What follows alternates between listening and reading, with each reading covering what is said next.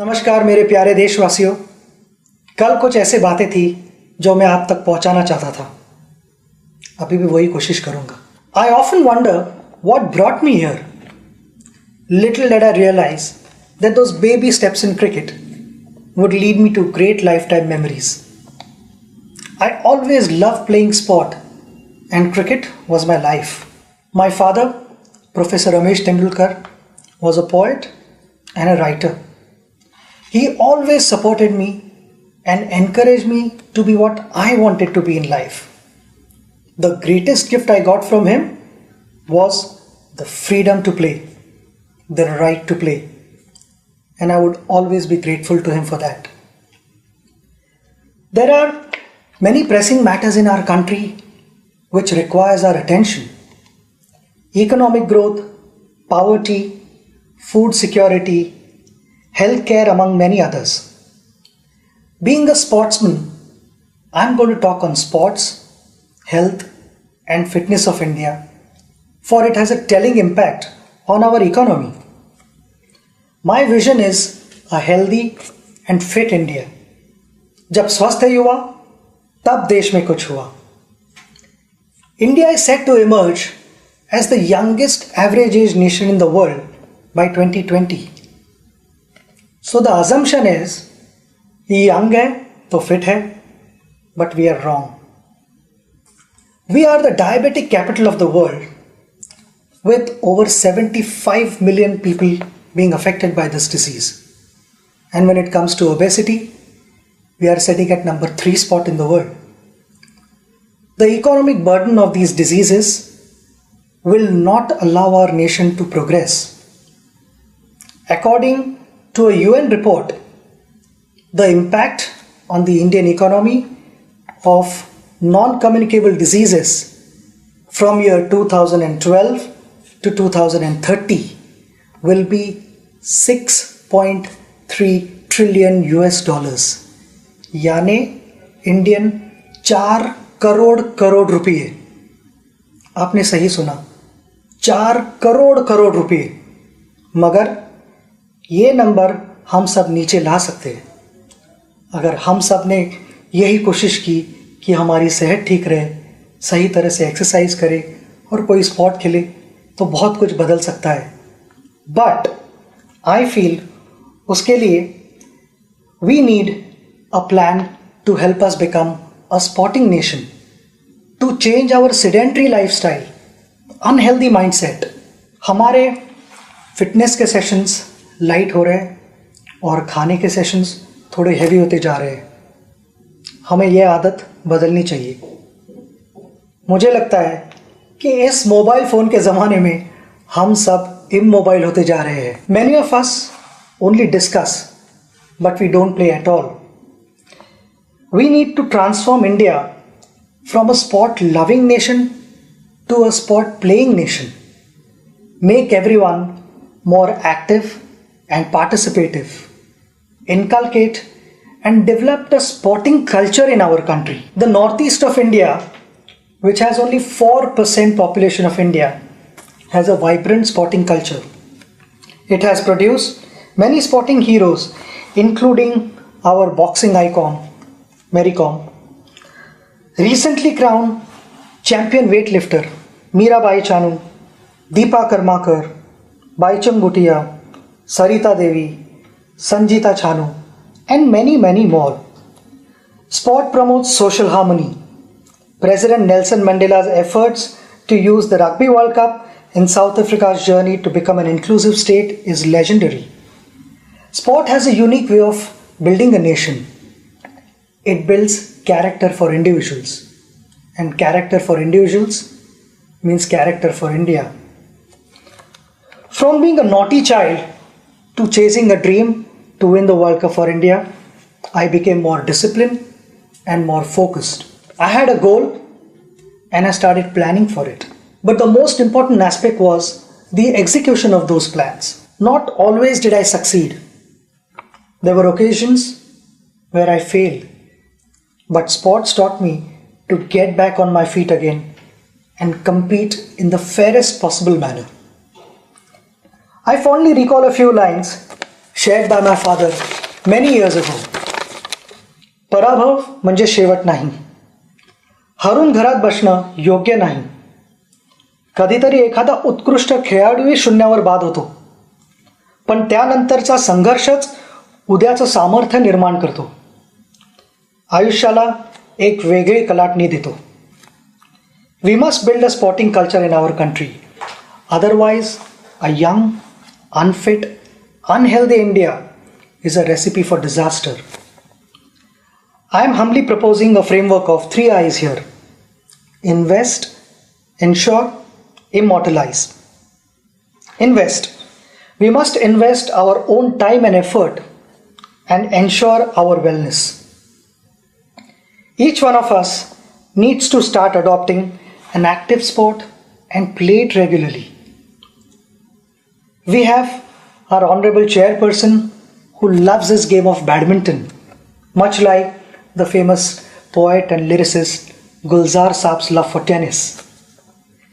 Age is no bar, as we are a country where one of the oldest marathon runners is the 101-year-old E.P. Parmeswaran from Kochi, whom I met recently.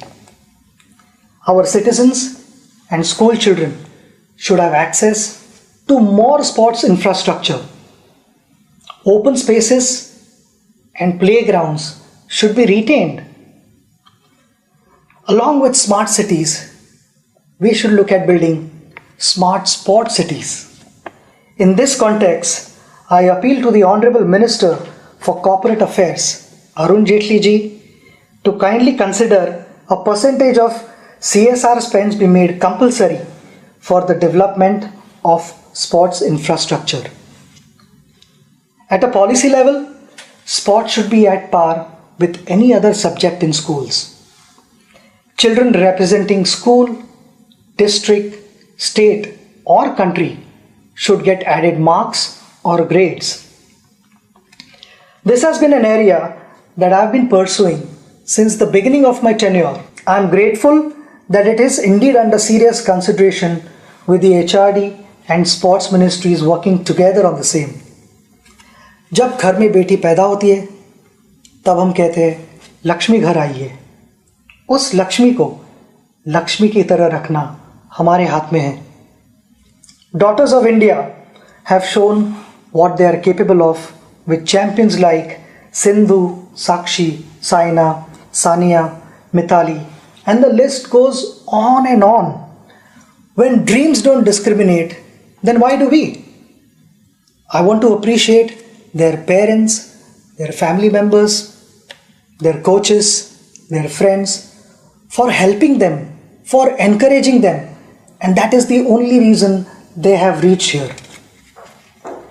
My message to parents is to give equal support and encouragement to their daughters and sons, and they will make them proud. Before the Olympics or a major sporting event, our expectations go skyrocketing.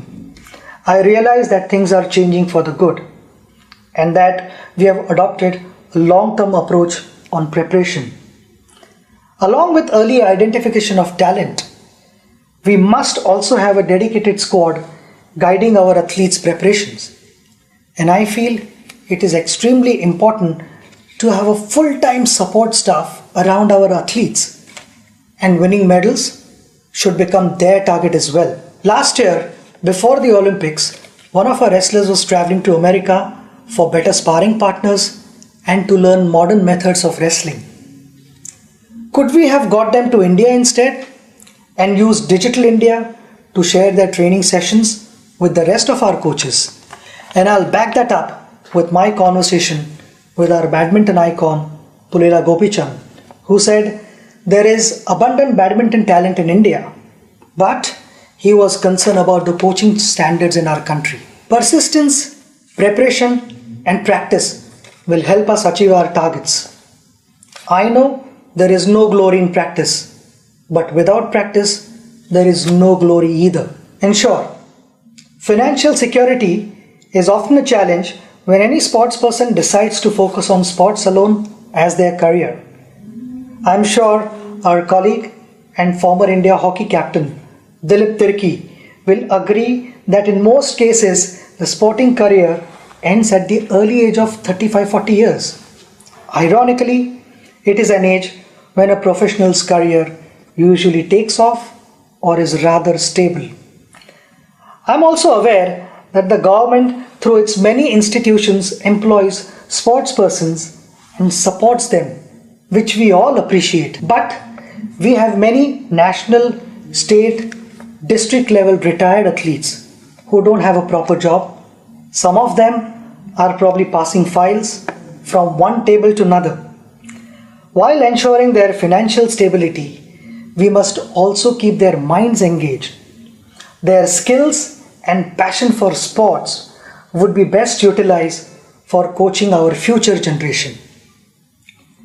A case in point is the life of Nauri Mundu, who was a national level hockey player from Jharkhand. Following the end of her playing career, she doubles up as a teacher and works in the farm to make ends meet. Sita Sahu, a medalist at the Special Olympics in Athens in 2011, is selling golgappas to manage her life. We need to create an organization and engage these athletes to train our school children and identify talent at an early age. There is so much that these athletes have to offer back to our society. It is also imperative to have health insurance for all our national level athletes. The struggles faced by our hockey great Mohammad Shahid in his last days reiterates the need to prevent such unfortunate situations. The life of Shamsher Khan is another reminder of how we have failed our national heroes. The champion swimmer represented India in the 1956 Melbourne Summer Olympics. He finished 5th place, which continues to be the best Indian finish in the last 6 decades. He developed hearing and heart problems, and due to financial constraints, continued to live with these problems till his death. Our national heroes should be able to live a respectable life. Extending CGHS benefits to them is a step in that direction.